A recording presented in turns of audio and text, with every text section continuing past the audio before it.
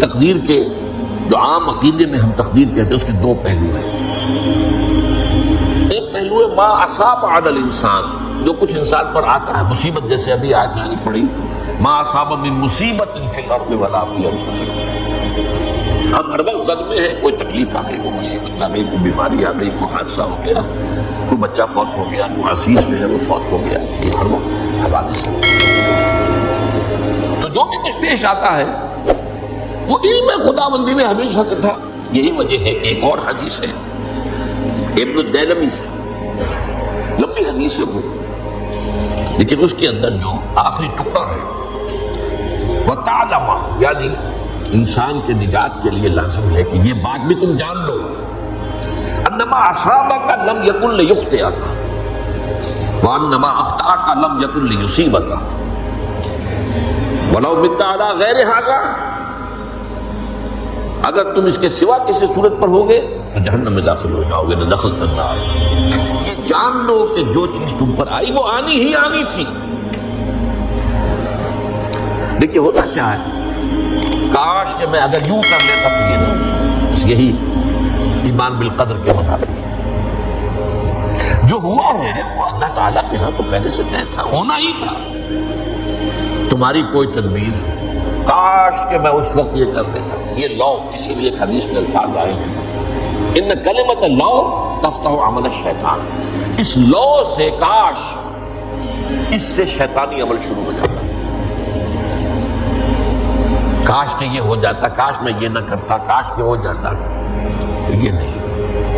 تعلم انما اصابک لم یکن لیخطئک. تو جان لے اس بات کو کہ جو چیز تم پر آئی ہے وہ ہرگز ٹلنے والی نہیں تھی. کوئی تدبیر تم کر لیتے، کوئی کسی وقت کوئی ہیلا کر لیتے، کوئی تم قدم اٹھا لیتے، کچھ بھی کر لیتے، وہ تو آنی ہی آنی تھی.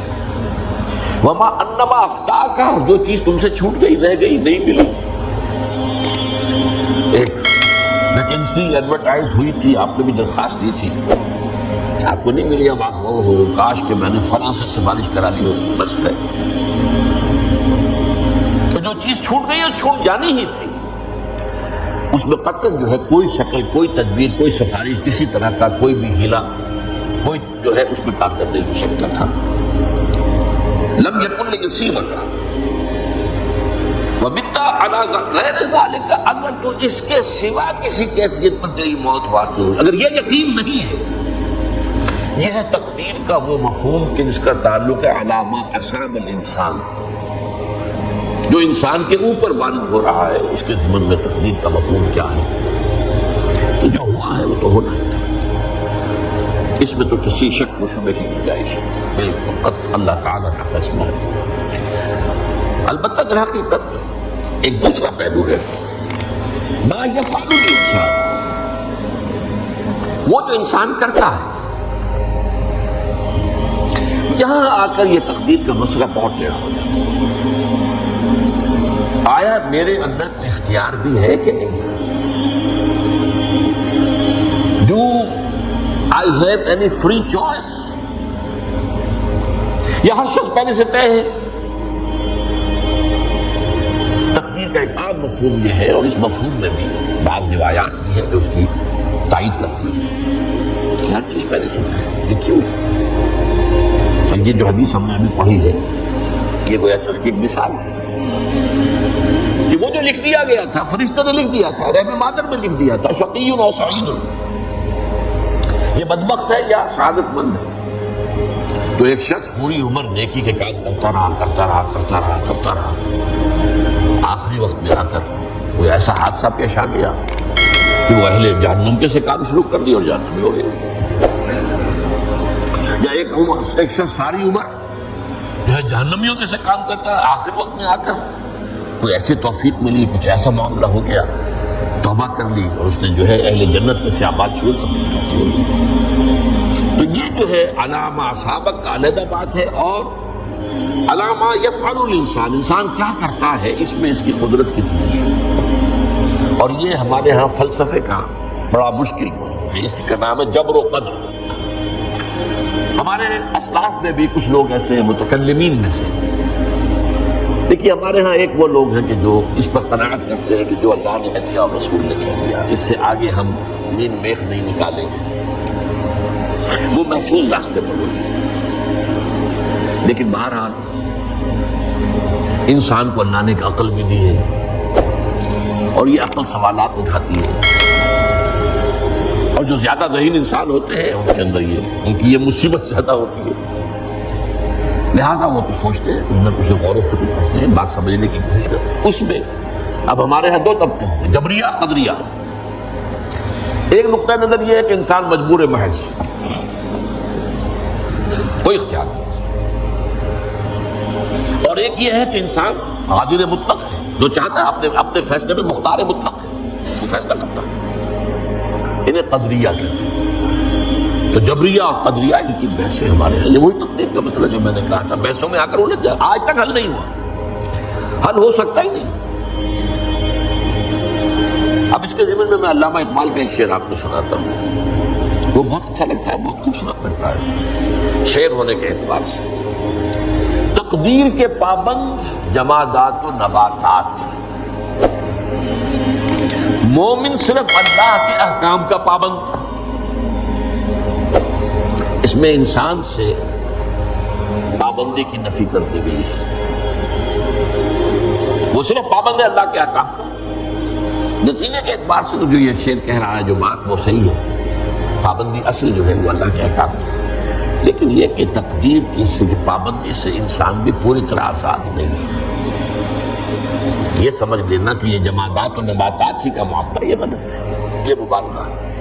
ظاہر بات ہے کہ شاعر جو ہے، شاعر مبالغے سے بچ نہیں سکتا، چاہے وہ علامہ اقبال ہو، کوئی بھی ہو۔ تو اسی لیے سورہ شعراء کے اندر جو عام شعراء کی جو صفات بیان ہوئی ہیں وہ آپ کے ذہن میں آ گئی ہوگی۔ مبالغہ کرتے ہیں، فی کل واد یہیمون انہم یقولون ما لا یفعلون، وہ کہتے بھی وہ کچھ ہے جو کرتے نہیں ہیں، اور یہ بات کو علامہ اقبال پر بھی چشمہ ہوتی ہے۔ بہرحال یہ شعر ذرا پھر نوٹ کیجئے، تقدیر کے پابند جمادات و نباتات، مومن صرف اللہ کے احکام کا، کوئی بات صحیح نہیں۔ انسان بہت سے اعتبارات سے محروم۔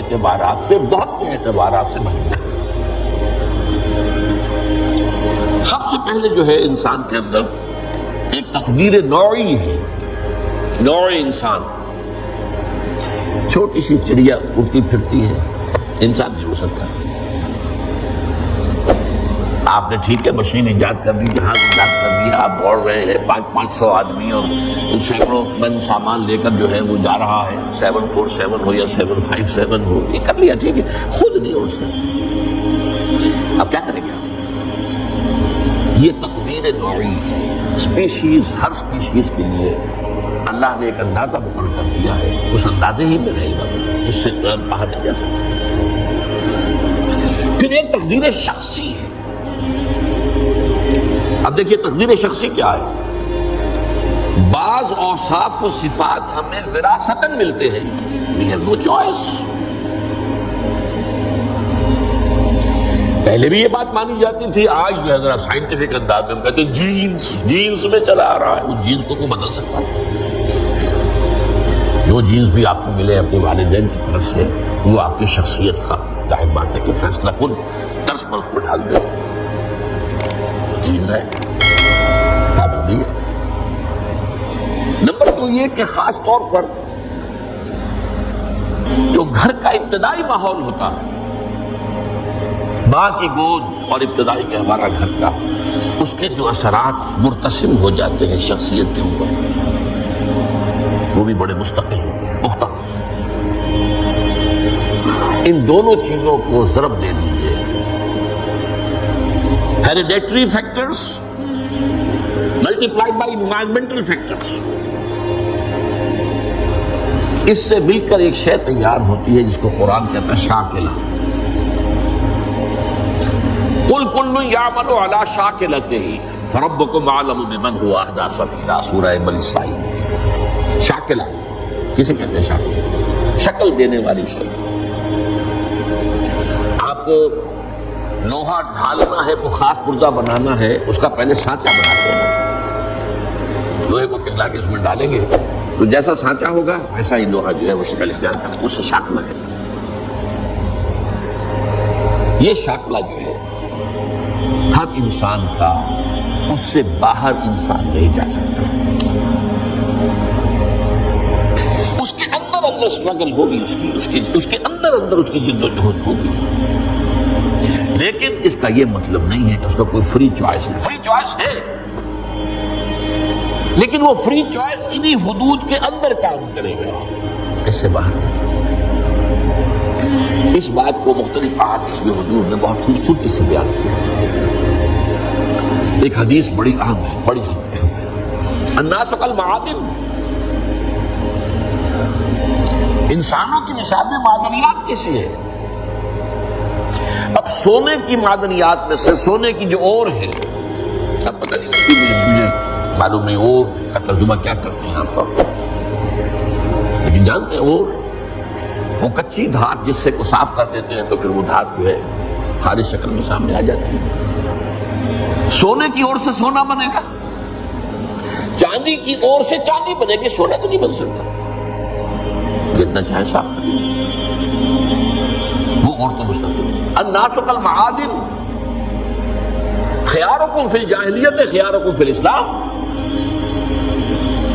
جو تم نے جاہلیت کے دور میں، پری اسلامک دور میں جو بہترین تھے وہی اسلام میں آ کر بہترین ہوئے۔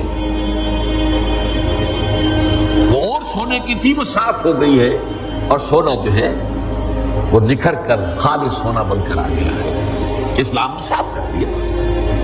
وہ چاندی کی اور تھی، اسلام نے اس کو صاف کر دیا ہے، وہ نکھر کر چمکتا ہوا جو ہے وہ چاندی بن گئی۔ لیکن یہ کہ اضافہ البتہ پھر اس میں ایک اضافہ کیا حضور نے، جبکہ ان کے اندر دین کا فہم داخل ہو جائے تو یہ کہ جو بہترین پہلے تھے وہی بہترین اب ہوں۔